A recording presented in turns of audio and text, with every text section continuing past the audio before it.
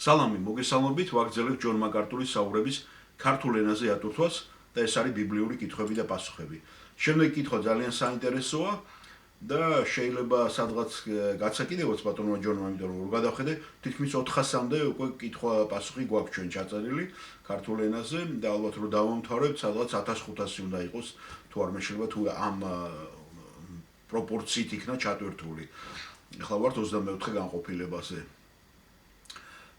Შემდეგი კითხვა არის იობის წიგნიდან და იგივე ქალბატონი სვავს, რომელსაც წინა კითხვა დასვა, ჩვენ გავყავით კითხვები, რომ ერთად არ იყოს აღრეული და ადვილი მოსაძებნი იყოს, ერთი და იგივე პიროვნებამ დასვა და აქვს მოგესალმება და თოვლობს.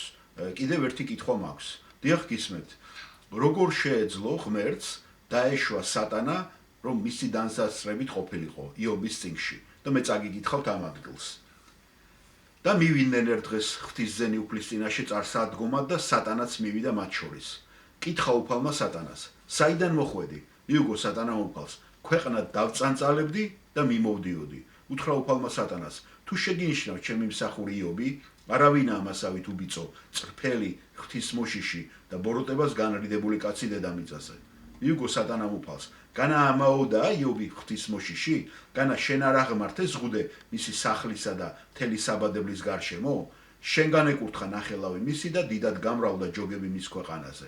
აბა გაიწოდე ხელი და შეეხე ყოველივეს, რაც გააჩნია, თუ მაშინვე პირში არ დაგიწყოს გმობა. უთხრა უფალმა სატანას: აჰა, ყოველივე რაც გააჩნია, შენს ძალაუფლებაშია, ოღონდ თავად მასზე ნუ აღმართავ ხელს და გასცილდა სატანა უფლის სახეს.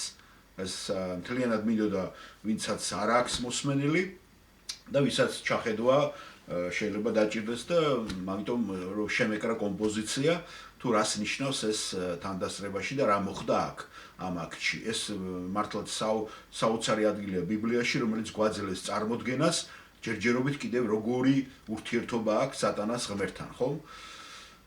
მოდით მოვისმინოთ ბატონ ჯონ მაკარტურის პასუხი. დიახ, მე ხვდები გარკვეული გაგებით ის თუ როგორ შეეძლო ღმერთს სატანა ვერასოდეს ყოფილიყო მისი თანდასწრებიდან გარეთ. შეიძლება ესე უფრო გავაკეთო ფორმულირება. იმას გულისხმობ, რომ ღმერთი ყოველგან არის ყოველთვის.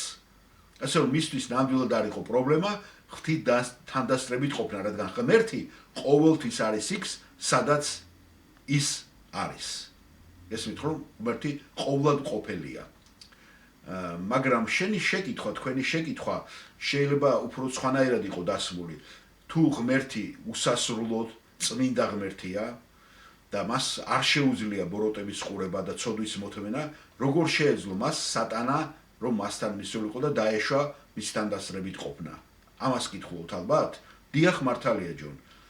მაშინ პასუხი არის ის, რომ საბოლოო ჯამში ჩვენ ვიცით, რომ სატანას აუცილებლად ის განდევნის და ცეცხლის ტბაში აგდებს მოიშორებს.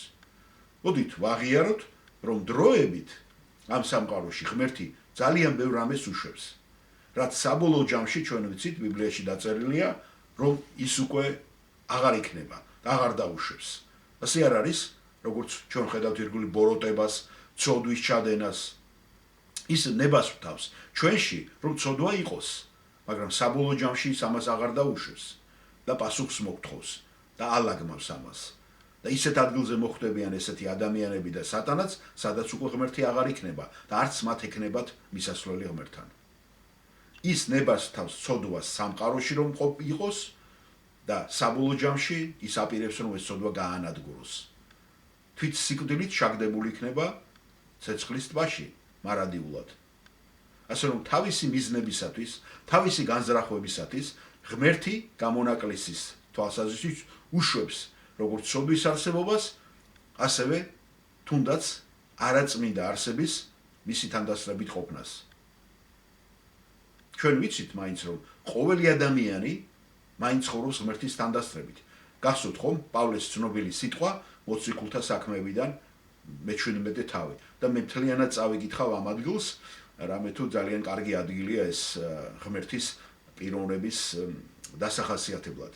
არ მინდა რომ მარტო ის მუხლი მოვაკლო და თქვენც გაიგოთ რაზეა ლაპარაკი.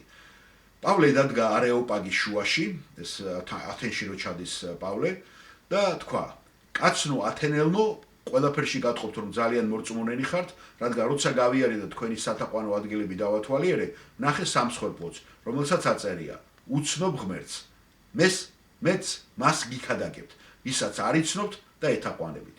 ღმერთი შემოქმედი, სამყაროსი და ყოველივე მასში არსებულისა, უფალი ცისა და მიწისა, ხელით აგებულ ტაძარში არ მკვიდრობს. არც ადამიანთა სამსახურს მოითხოვს, თითქოს რაიმე სჭირდებოდეს. იგი თავად ანიჭებს ყველას, სიცოცხლეს, სუნთქვას და ყოველივეს. ერთიდან შექმნა ადამიანთა ყოველი ხალხი, რათა დედამიწის ზურგზე დასახლებულიყვნენ. წინასწარ დააწესა მათ დასასახლებლად დრონი და საზღვრები, რათა ეძიათ ღმერთი. ეგრძნოთ იგი და ეპოვათ, თუმცა შორს როდია თითოეული ჩვენგანისაგან. რადგან მასში ეს არის ეს მუხლი ბატონმა ჯონმა რაც გაიხსენა. რადგან მასში ვცოცხლობთ, ვიძვრით და ვარსებობთ. როგორც ზოგიერთი თქვენი პოეტი ამბობდა, ჩვენ მისი მოდგმა ვართო. და რა კი ღვთის მოდგმა ვართ, არ უნდა ვიფიქროთ, რომ ღმერთი გავს ოქროს ან ვერცხლს, ან და ქვას, ადამიანის ხელოვნებით და წარმოსახვით გამოქანდაკებულს. ამგვარად ღმერთმა უგულებყო უმეცრების ჟამი და ახლა მოუწოდებს ადამიანებს ყველგან რომ მოინანიონ, რადგან მან დაადგინა დღე, როცა განიკითხავს ქვეყნიერებას სიმართლით, წინასწარ დადგენილი კაცის მეშვეობით და ყველას მისცა მოწობა კვდრეთით აღადგინა რა იგი. ნახეთ რა მაგარი ადგილია, რომელსაც ვერსად მართლმადიდებლობაში ამას ვერ მოისმენთ. ვერსად აქ არის მითითება დროის დადგენაზეც. მიაქციეთ ყურადღება, ღმერთი რომელიც სივრცის გარეთ არის, მან დრო დაადგინა და დროის განცდა რა თქმა უნდა ეკნება მას, მაგრამ ის დროისა და სივრცის გარეთ არის. აი შესანიშნავი ადგილია ეს ბიბლიაში და ყოველთვის ხშირად იხსენებს ჯონ მაკარტური ამ ადგილს. და აგრძელებს ჯონ მაკარტური, ასე რომ ის არ არის განქორწინებული და დაშორებული ცოდვილი სამყაროსაგან ჯერჯერობით. რას გულისხმობს აბაკუმი, როდესაც ამბობს, აბაკუმ წინასწარმეტყველი, მას უფრო სუფთა თვალები აქვს, ვიდრე ბოროტების დანახვისათვის და ბოროტების ხილვა მას არ შეუძლია. არის ის, რომ ის საბოლოო ჯამში აუცილებლად უკვე ვეღარ მოითმენს ამას და საბოლოო ჯამში მან უნდა განსაჯოს იგი. და ჩვენ ვიცით, რომ ღმერთის მოთმინება ეს ლიმიტირებულია, მიუხედავად იმისა, რომ უკიდეგანოა მისი მოთმინება და ერთხელ და სამუდამოდ ბოლოს ის უკვე პასუხს აგებინებს ყველას და ყველაფერს. მაგრამ დროთა განმავლობაში ღმერთმა თავისი მიზნები და განზრახვებით შეიძლება დაუშვას ეს. და მან დაუშვა სატანა, რომ მისი დანდასრებით ყოფილიყო, რათა ეჩვენებინა, რომ მას სატანაზე მეტი ძალა ჰქონდა და მას შეეცვალა ყველაფერი, რაც სატანამ გაუკეთა იობს მის შემთხვევაში. გახსოვთ ხომ? გასაგებია, დიახ, კეთილი, გმადლობთ.